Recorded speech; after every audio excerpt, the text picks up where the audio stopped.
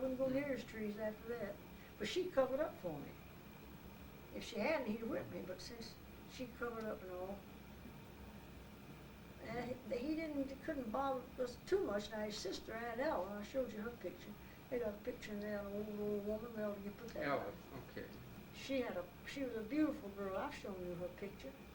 Mm-hmm. And they put that old pictures in there. Well, one time she slapped me for something. I don't know what I did. And Mama tore into her. Don't you ever slap her again?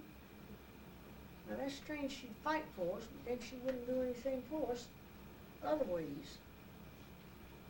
Okay, they had a sister named Ella? Yeah, Ella something, Ella. I don't think they got Oh yeah, here it is. her picture. Whatever picture they got of her was old. Oh, it'd be your aunt, Ella. Yeah, Daddy's sister. She was Mhm. she was Aunt Ella and Theodore's daddy and Uncle Moody were the three youngest ones. They saw the generation started off with Aunt May, that was Sue's mother, Mm-hmm. and then Daddy and his twin brother, that was Walter's father. The twin brother died when he was 25 years old, said with hemorrhagic fever. His name was Walter. Yeah. So Luther and Walter were twins. Twins, yeah. And then she had the other twins. She had two other, they call them sets, two sets of twins. And I think Daddy said they lived about a month and died each time, both of them. I believe that's the way. Well, she had three sets of twins. That's a lot of kids. He's the only one that lived out of the twins. I guess he was.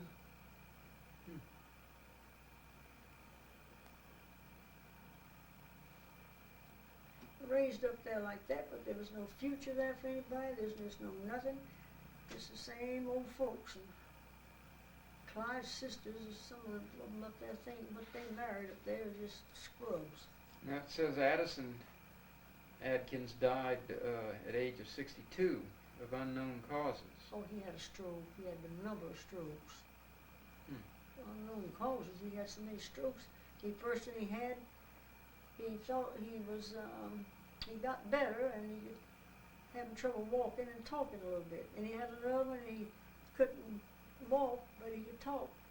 But unless you was around him, you couldn't understand what he said. And then he had one, and the doctor said he had such a good heart that that's really just his heart kept beating and wouldn't stop. But he got where he couldn't swallow, he couldn't eat. Well, he wasn't able to walk around. Was he just bedridden all the time? After he went, it came in stages, 3 or 4 stages. High blood pressure, all that pork. See, he ate all his life. And Clyde's daddy died the same way, and Uncle Stonewall, they all died the same way. And so he was like an invalid, I guess, for there for a short while. Not just a short while. Yeah. Well, they kept him at home and just had to take him. Just stay in bed, and they just had to take care of him. At the very last, he stayed in a wheelchair, and they'd take him to the table, but he couldn't eat. He couldn't hold his hands right. His grandmother fed him. Then he stayed in bed a little while, and then he had the last stroke he had. His heart, they said he was already brain dead, really. Mm-hmm. But his heart kept beating. The heart just kept beating. But now my grandmother, she died. She worked so hard with all this. Well, I told you about her. She'd up for a day and go out and have this big wood stove. She'd cut stove wood, go in and cook breakfast for all of them, and then went out and killed a couple of chickens. And you had to kill them, and then they dipped them in hot water, and then they'd pick them, and then they'd go singe them over the fire, and then they'd take them and then cut them up and salt them down and set them, cover them up and set them there. So she thought she had to, Sue and her mother and father lived there with them for a short while because they were with her. Because Uncle Moody and them moved down in that little house. And so Aunt May and them, they were buying a place out from Cordele on some road there. That road that goes from Cordele towards Auburn, Alabama. So they lived out there, but they were buying that, but they hadn't moved in it. And so they stayed there with my grandmother about a year or 2. But she did all that hard work that morning. She said, I got up and milked the cows and strained the milk, and she cooked the breakfast and she killed the chickens. Now that old lady, she's 77 73 years old, did all that, and then having to take over to Uncle Herbert because his wife had crippling arthritis. Had it for years and years and years, and she couldn't do anything, had 2 daughters there, and they had to do the housework and the cooking and all. And she says, I feel sorry for those girls. Well, one of them was 16 years old, or 17. Well, she must have been 17 or 18. The other was 16. And she went over there to help them. There she got over there that day. She helped them clean the house and they cooked dinner and they canned. And they got through with all that around 1 o'clock and maybe after. So then she'd mop the floor for them, you know, in the kitchen. She swept the kitchen. She got mops, and those girls, they didn't do it. They went on. Left her alone. She got in there and mopped that kitchen floor, and it was hot summertime. Then she went out. They had a big hall in that house they had. It was a big house.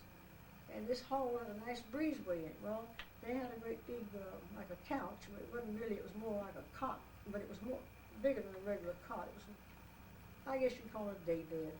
She laid down on that, and she went fanning us there, said, oh, it was so hot. Well, Uncle Herbert's wife sitting there in that wheelchair, she's crippled all up, she couldn't do anything, and that, those 2 girls, they were there and sitting out there in the hall with her. So she got up to go get a drink of water, said something, and she got the water, and she came back, she told me she felt faint. And she got back on the couch and lay there and started fanning, and just laid the fan down, and Uncle Herbert's wife said, when she laid that fan down, she was dead. Now, you know an old lady go do that kind of work. She was healthy, strong, get up and cook, cut stove wood before Just breakfast. overdid it, I guess. Yep, the doctor said that, so that one was strong as she could be and had a good heart. She just overtaxed it. Just can't do those things. That nation let her do it. She should have So told her. you probably knew Uncle Wid the best.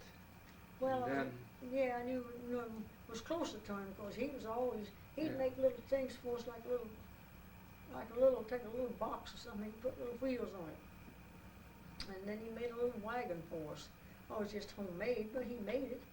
And we could play, he played, he had guineas, he had all kind of chicken, he had old geese. And the old gander, he'd run after us and get his wings way up and come with his head out blowing at us, and we'd scare us to death. And I don't think they had any cats or dogs. Don't remember seeing any of that. There might have been one. And he had those guineas. They had white guineas and they had those black ones with little white specks. You've seen them. like, did they get him to eat them? I don't know what he did, whether he ate them or sold them. I don't know. I just remember them walking around over the ground. And they didn't, chickens, you know how they make noise. Guineas sound like, we didn't know what they were saying. We were saying they were saying pot rack. Pot rack. Mm-hmm. We were walking them, but that wasn't the way. It was a funny sound, and they were pretty things. They were just spotted. Every spot was just perfect, white on that black, not jet black, more of a gray black. And they had red cones on their heads. They were walking around guineas to see. They let them all run loose. They didn't shut them up. At night they roost in the trees, and they had, I don't know about ducks. I know we had geese. Clyde's daddy, he always had turkeys because they always had ate turkeys a lot. And they had geese over there. Nobody's, Well, now, who else? There's Addison and Wid, or William. John and Stonewall, and those are the ones I knew. All the others were, Oh yeah, Stonewall Jackson Adkins, yeah. born in 1863 I was trying to think of the name, in who was, Dooley County. Clyde's daddy was the youngest, John. Then I think Uncle Stonewall was next, and Uncle Wid and Daddy's father. And did you know Stonewall very well? Well, yeah, he came down there, used to go down and sit with Uncle Wid. He was always making something. They weren't anything made, he could cut it out of wood. He was always nailing and making and doing things down there helping Uncle Wid. I didn't know. He had a store up at, in Montezuma or Dooley, I believe, up there north of Vienna. Mm-hmm. It says Dooley County. Yeah, he had a store. They had a dry goods store and a grocery store. All that was combined back in those days. And Clyde went up there and stayed with him and went to taught school. She was a school teacher where she met old Ham. And Uncle Stonewall made a trip down there special when it was gathering the crops and everything. That was his busy time. And he went down and took time off to go and tell Clyde's daddy to get Clyde away from that old ham cock. He said they're just like a bunch of niggers. And he told all the things he knew about him. Said that thing will come here, he'll mock every nigger. He can tell most lies and big liars. And he just told everything. He told the truth. Uncle John says, is it that bad? He says, it's worse than I can even tell you. They should live up there around them. And they were going to move down there. Down that little road right in front of Julian's house, there was a little dirt road, went straight down in front of his house, and about half a mile there was a nigger house, and that's where they moved to.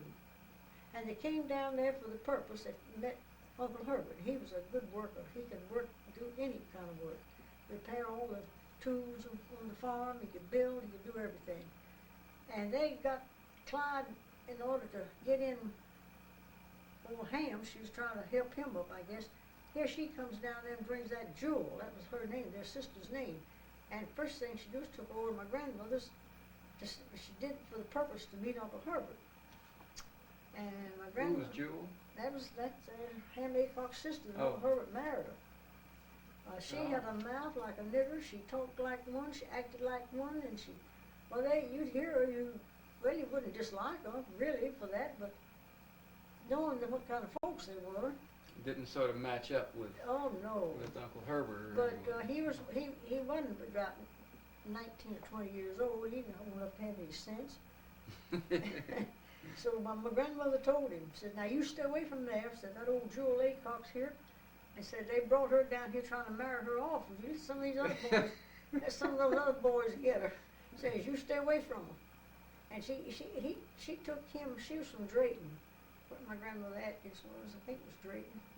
There's a place up there north of Vienna or somewhere called Drayton. That's where she came from. And took him up there. There's lots of fairly nice looking people, and people that were pretty well fixed farms, and the girls were nice, and nice folks.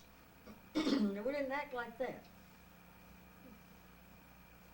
No, he went around, he'd smile at them and talk to them. Went right back down there, and here come Clyde.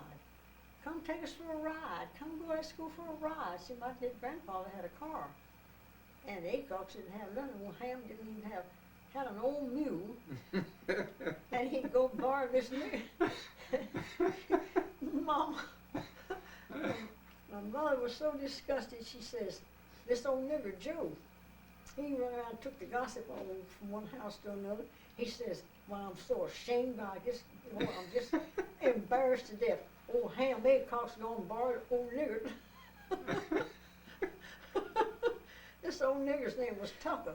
Gone borrowed old Tucker's buggy to take Miss Clyde for a ride and drive on an old mule. The old nigger, he was mad.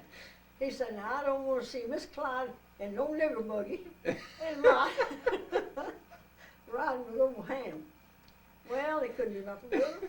And Edna, even that's one time Aunt Edna was against that. Well, there's 2 or 3 very nice looking boys, farm boys around there. One of them took the examination to work in the post office, and he got a job. He passed the exam and got the job up at, I don't know, wasn't too far away from there. It was around Vienna, some of those little old places up there. He came, told Clyde he had got the job and how much he's going to pay, and wanted her to marry him and go up there with him. She says, no thank you. I don't, she kind of snapped him up, Mama said. Said she'd been far better off with him. I saw him one time. We went over to I think we went to their house, and Daddy knew him. And then there was another one.